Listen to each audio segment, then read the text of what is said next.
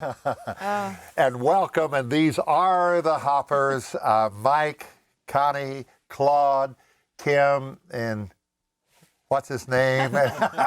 Dean. This is going to be fun. Absolutely. We've looked forward to this, and wonderful family that's traveled with us off and on now, for the last 18 years, Claude? Right. Mm-hmm. I can remember, were you at the Turn Your Radio On taping that we did here, or did you come maybe after that? Or Maybe old friends. That was a great experience. It really was. Because I wish I could remember all those videos. I got this progressive memory loss. That'll get worse. Every time I'd go to my dad and I'd say, "Dad, I'm having trouble with my neck. It just, when I turn it, it feels like there's sand between the bones." He said, "Yeah, that'll get worse."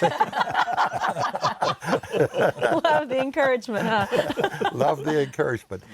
But a family, a mom and dad, and you started, before the kids came along, you started with your brothers, all right, Claude? My life was changed again in 1956 in Winston-Salem at Reynolds Auditorium when I saw the Blackwood Brothers, the Statesmen. That's when Jake was singing, and James, and well, all of them were singing in the Spirit family and the Homeland Harmoniers. And I'll never forget that night. Dad Spear came out and started singing that song, "I'm Bound for That City." Yeah. I think they did about 5 or 6 reprises. Yeah. And I was sitting back there, and I'm a conservative Baptist, and we don't lift our hands for nothing unless we're going to vote on something. But and usually you're against it. Something came over me like I have never experienced in my life, and I just wept. Yeah. And I even shouted. Yeah. And in 1957, my brothers and I started around my mom's kitchen table. And I know we was on a 6-party line, and we were singing farther along, I think. And so I said to my oldest sister, "I want you to listen to this. I want you to listen to my brothers as we sing this." And of course, she was a great encourager. Yeah. And we had some fond memories of just starting out. And then after that, we knew we needed some help, a lot of help. And that was when you met your sweet wife, Connie. Right.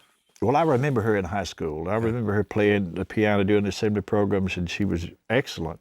And I bet she was beautiful, too. Oh, yeah. But she was 2 grades behind me, and then my younger brother suggested one day that we get her. So I was working for A&P in Madison. You got to explain now what the A&P is. A&P is Grocery store. Grocery store. I remember. Everybody knows what A&P Atlantic and Pacific. Yeah. There you go.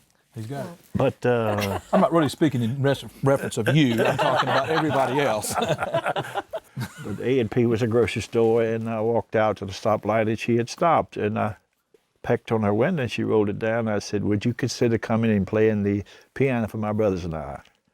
And You she said, slick talker, Yeah. you, Claude. and she consented, but she played for her dad's quartet, too. But one thing about it, she was the ingredient that we needed because she had been trained under the Stamps Baxter.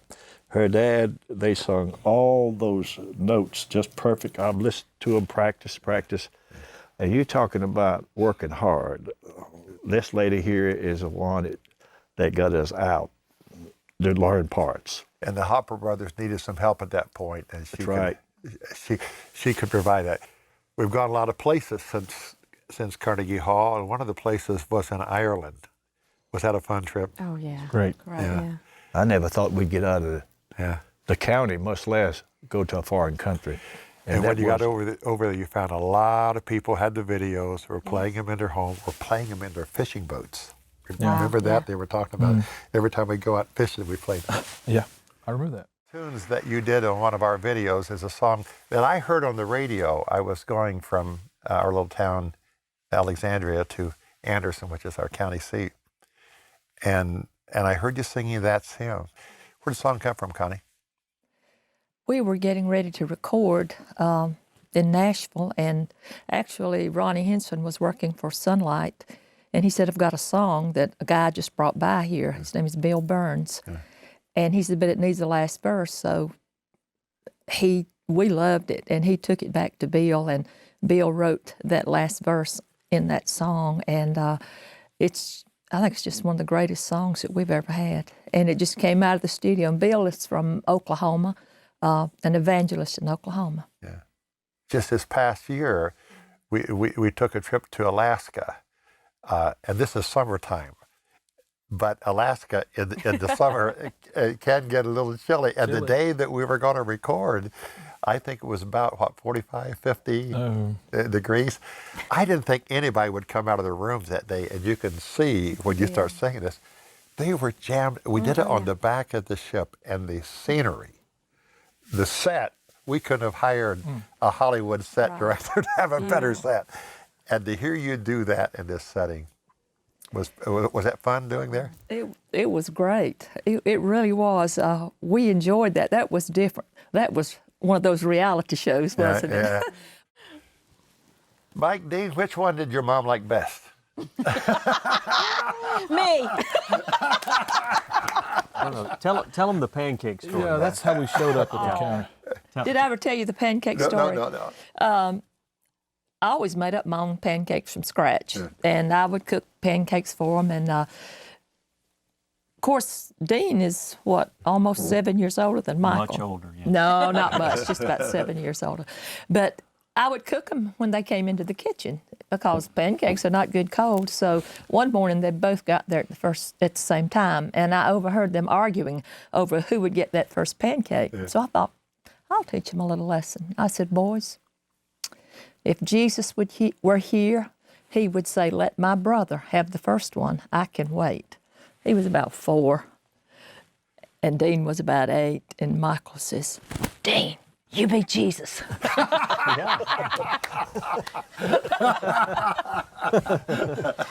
No way. I love that story. I loved my boys. I still love my boys, all of my boys. A lot of wonderful memories on the road, but one special memory was when we were in Greensboro and we came out to Claude and Connie's. You talk about food. If you're ever in there, stop by. This lady is a cook. And that day, did you cook a whole pig? We barbecued a hog. You barbecued, ooh. Well, we ate, and that was fun, right? It was fun, yeah. But she had the whole gamut out there. I mean, the fried chicken, the ham, the mashed potatoes, the green beans. The hog was just the extra. I remember Mark Lowry ate so much that he looked at me and said, where's a bed around here? So we pointed in the direction of the bed or the couch, and he was snoring in just a few minutes. Everybody just passed by. He was laid out, just snoring. He had eaten so much. Yeah. We had a good day. Boy, that was fun. You took us out on the tractor. Remember that? Yeah, God rode my John Deere. Yeah. And your dad, I think he rode the four-wheeler. Yeah. Didn't he? Yeah, I did. And some had the Gaither running around. And Not an alligator now. That's a John Deere piece of equipment. Okay. It's a Gaither. Okay, but we can't leave the farm till you tell my favorite farm story about the bull. Okay. one of the greatest things we wanted to do was go to the state fair in North Carolina. That was the biggest event in North Carolina, is that state fair. So we tried to get our dad to take us down there. And so finally one year he considered to take us down there. They were showing the world champion bull from Fort Worth, Texas. Yeah. So we went down there and he went up to the ticket booth and he asked the man, could he get a discount? I don't know what tickets was, maybe 10 cents. And the man said, why should I give you a discount? He said, I have a large family. Yeah. He said, well, bring them up here. So he brought the whole family up in front of the ticket booth, and he said, here we are, 11 children, 8 boys and 3 girls, and my wife and I is 13. Now can we get a discount? And he looked at him, he said, I'll tell you what, Mr. Hopper, you go on and take your whole family, it's going to be free. I want the bull to see you. I love that. Could you believe the reception in South Africa of this music? No, I was shocked. Could not believe somewhere that far away, they knew everything about all of us, our names. They would ask about my children, that I had no idea they knew any of that. It was wonderful. And the crowd was probably about half black and half white. You know, it was a wonderful ethnic mix. Yes. And so receptive. And that one basically featured you, which brings us to, how'd you find this sweet gal? He dreamed of me for years. We worked together at a tabernacle in a place called Spruce Pines, North Carolina. It's, I don't know, somewhere out of Boone and Elkin, Banner Elk up there. Let me back up. See, her dad called me and he said, Claude, I want you to listen to my kids. I said, bring them up to this tabernacle in Spruce Pines. They come up there in a minivan and 3 little kids rolled out. And The Greens. the Greens. Yeah. And they started singing. 2 brothers and a sister. Yeah, and she started singing. I began to cry. It was that bad. I thought the spirit which she had in her voice, it just overwhelmed me. And I was sold on that day, but I didn't have anything to do with them getting together. See, I thought, I've said this with your not being present, but let me say it to you that you're one of my favorite people as far as working. And artists vary at this point, but you come to work every night. And the great thing about her is she can sing loud or she can sing soft. I had a preacher the other night said I had a holy holler. So. And you can sing with feeling. I can remember the night in Lebanon, Tennessee, around a campfire with all of us. It was such a perfect setting that we sang this song that we sang later at Dottie's funeral. Dottie Rambo wrote it. Yes. What a great lyric. What's the lyric of the chorus? This house of flesh This house of flesh is but a prison. Bars of bone hold my soul. But the doors of clay will burst wide open when the angel sets my spirit free. I'll take my flight like a mighty eagle when the hills of home start calling me. A good song is a good song is a good song. And it all begins with the song. You folks have done quite well on finding good songs. Where'd you find this one? I was actually working on a solo album, and a company called me and said, we've got a great new writer. It's a little gal from Kentucky, and she's a minister of music, and she's starting to write songs, and I want to send you this. And I heard it and fell in love with it, but I thought, I don't know how a soloist would do that. And it was so good, and I said, I want to keep this song for the group. And I took it and let everyone hear it. And as soon as the drum beats kind of started, Connie started to cry. When Connie cries, it's a good song. And we took the song in and started working with Larry Goss. And this song has probably been, next to Shoutin' Time, it's the biggest song we've ever done. And they're singing it literally all over the world. Okay, there's another part of this. You sang it here in the country, but you sang it in the city itself, right? Yes, we sure did. And you know what? I was expecting, during the video shoot we did in Jerusalem. True story, the very first time I ever went to Israel, I was expecting our oldest daughter. And the second and the only other time I've ever been, we went with you, and I was expecting our youngest Lexi. And I'm never going back to Israel again. she can't go. Well, we were talking about expecting this little one in Israel, and here she is, right? Yes, sir. She has been a real blessing.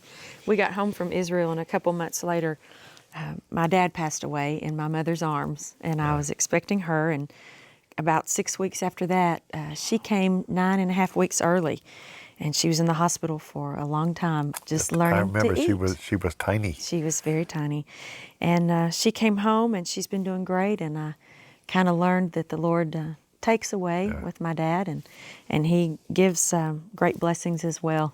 And she has been. She's our precious angel. And then Dean, who's this beautiful young lady. All of a sudden, she grew up fast. Yes, she did. Hi. Carly, she's 15 now, and And a half. Oh, excuse me, Yeah. and a half. Going on 20. Taking her driver's ed. I took her down to one of her first classes the other day, and I just sit in amazement how time moves so fast. And she basically grew up on the tour with all the other homecoming kids, and had a great time. There's a lot of fond memories with that at Family Fest, and you had her make fun of her mom on one of the videos way back. She was about 4. We need to find that somewhere. That I got it on DVD. Okay, we'll find that. And this little one is now, 6. But she sits with me nightly, pretty much across the country. Gloria, when you're not there, this little pretty girl's up there sitting right by me. And every now and then she sings along and mocks her mama while she's singing. And she does a pretty good imitation of her mama. And I thought you all would like to hear her sing. Because I grew up in the North, and I wondered, how did these country girls get that honk in their voice like they get, you know? And I found out they start at this age. Okay, baby, you ready to do it? It's shouting time in heaven. A sinner was lost his path. And shouting time in heaven. Salvation has been brought down. No righteous just enough. My sister covered by the crimson pole and down the fire. Walking on the highway with my Lord, my name is written down in the chorus above. And shouting time in heaven, oh, it's just shouting time.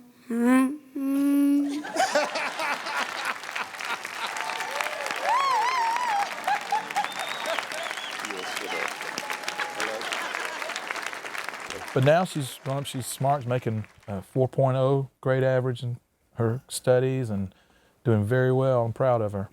And she's a great little singer. As good a singer. You like school, Carly? I like English Yeah. mostly. Yeah. Well, that's a good subject. Like you're talking, when you talk to Gloria and me, you're talking to two English teachers. Well, Or ex-English teachers. don't intimidate me now.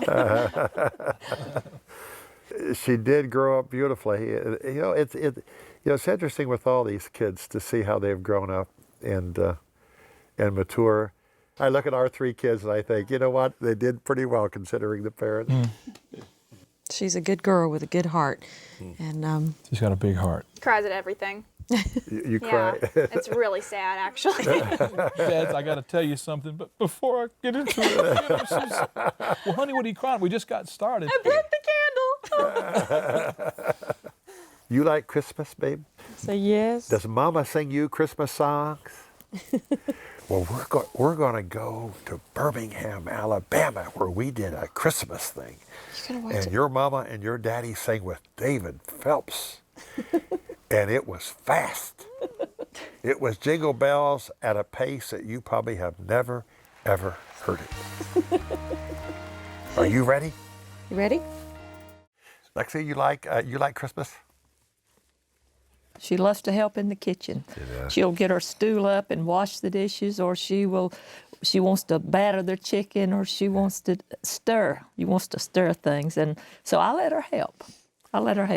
Carly, do you cook? When I was this size, I did. And I loved the flour. Yeah. Mostly, I would kind of sprinkle it on my face, maybe like a ghost. I don't know. It was cool then. Yeah. But I had fun with the flour. And now I'm making stir fry and that sort of thing when they're doing very gone. good. So Somebody said you were dancing. I dance a lot, like 6 hours a week. That's great exercise, isn't it? Yes, especially to support my junk food habit.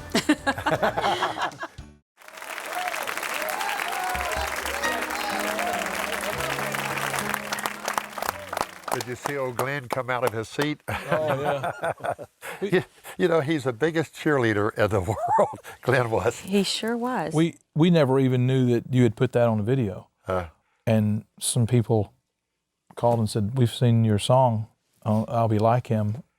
And of course, we call it When He Comes Down. Yeah. And it was the song was called I'll Be Like Him. And so we didn't even know it was on there until some people was telling us about it. And I think I ordered a video and sent it to me, and I watched it. I said, well, there's the song. It's on there. Did you pay for it?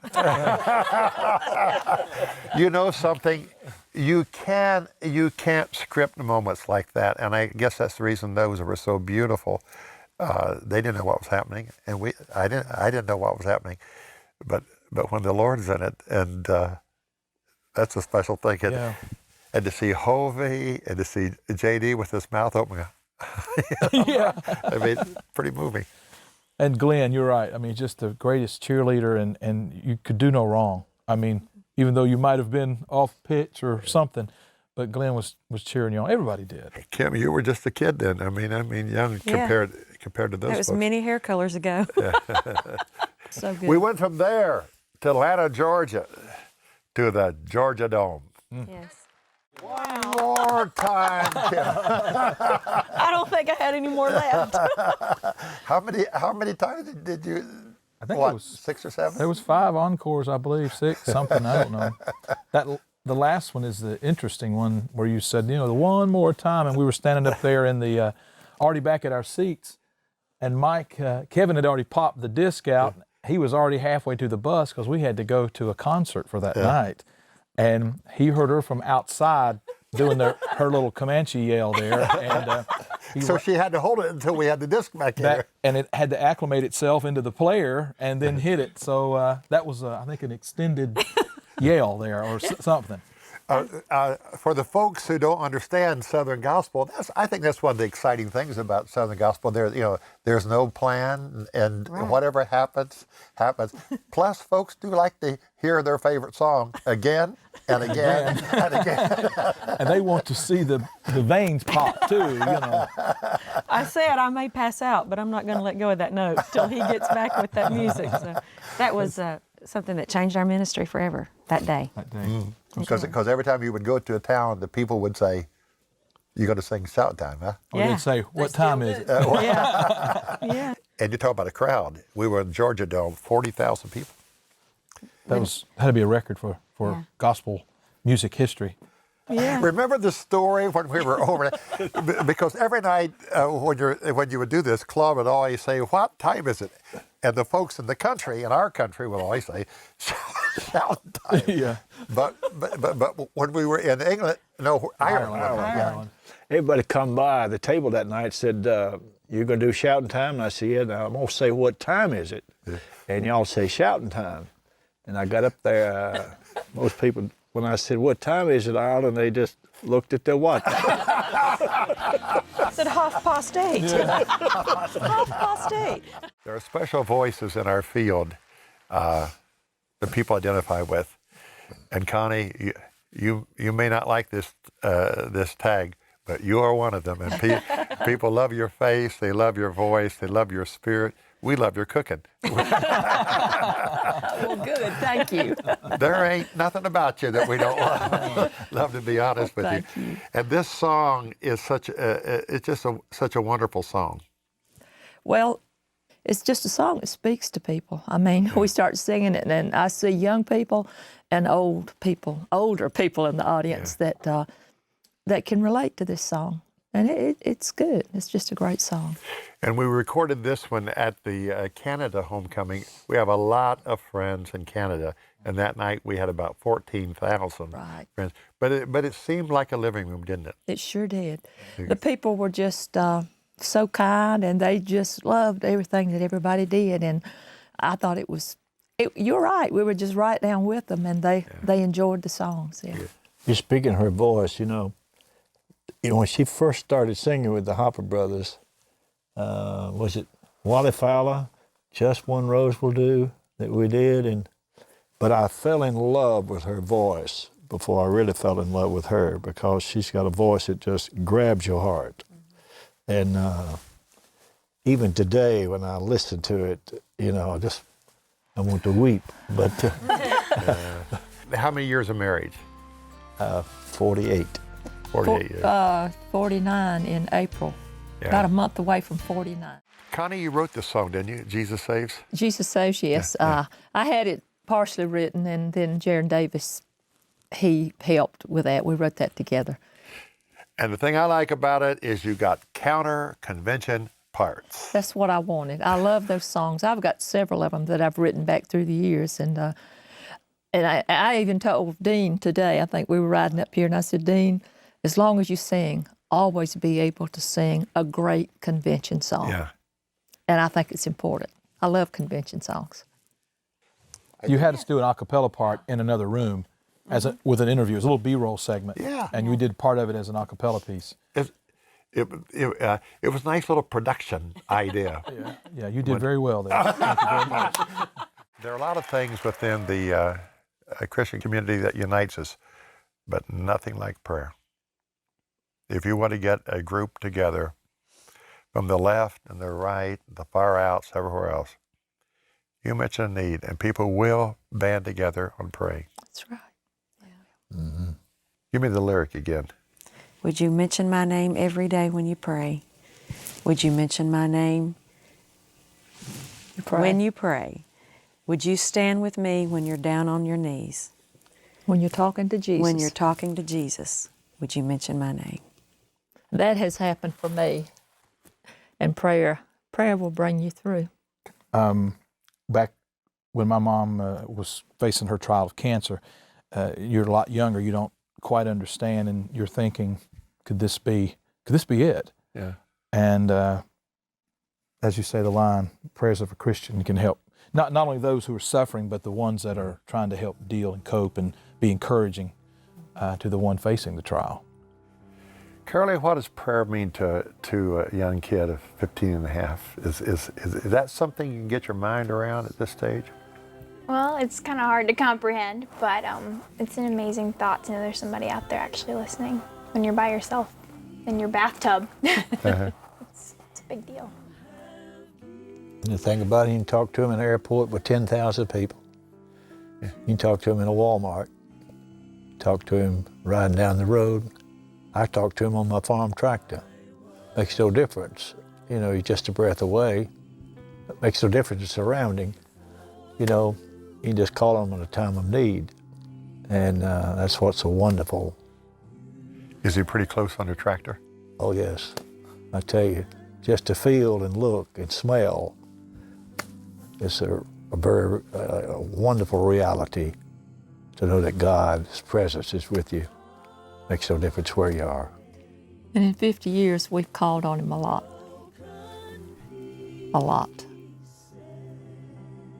If you would ask people to pray for you, what would you ask them to pray for, Kim? That we never lose the unction within us to want to go every night and tell people that Jesus can change your life. Dean, what would you ask people to pray for you for? For our kids, that will always stand strong, be the example. You can't be the example within yourself, but somehow or another, put us in the right places, the right positions, that we can be the right example for the kids. Mike? Probably that the intent of how we do it is right, pointing in the right direction for the utmost praise that he deserves. What worries you the most about life in general? I just take it day by day, but I try not to let many things worry me. I can still go to sleep at night when I lay down. And my grandpa always said that's very important. Mm-hmm. You can lay down and still go to sleep, then your conscience must be in good shape. And I learned a lot from him. Connie, how would you answer that? Why do you want people to pray for you? At this point in my life, I'm not praying for a big retirement, sitting by the pool. I want to do that some. I love the ocean. But I want to keep going. And people call me for prayer, and I want to be able to be an intercessor, for some people that really need prayer, because prayer makes a difference. Prayer changes things. Maybe it changes us sometimes. A lot of times it just changes us. I found out that he don't always change all the circumstances, but he will change us to go through them. And we will come out on the other side victorious and shouting. Might not be too loud, but. If you would sing something a cappella, what would you sing? I know. I will serve thee. Sing, I would love to have you sing I Will Serve Thee.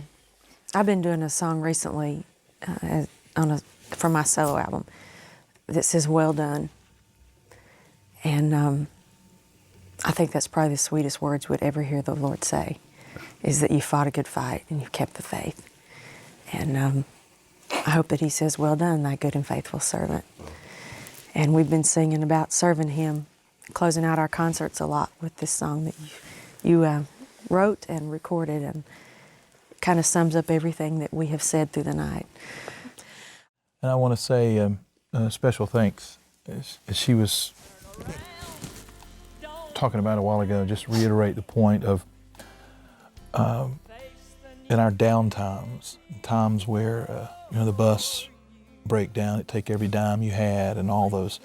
My dad always had that tenacity that pushed and kept us going. And when we were going through singers and the group was changing and you just wonder what's going to be the outcome, he just always had that vision. He saw the vision on the other side.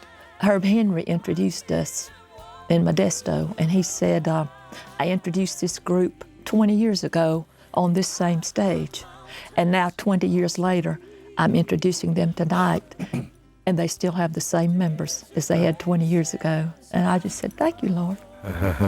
Jake was always a big encourager to me because he'd come over, you know, everybody would sit up on stage and he'd always sit facing me and I'd be playing the drums and he just always thumbs up and just a real encouragement to me.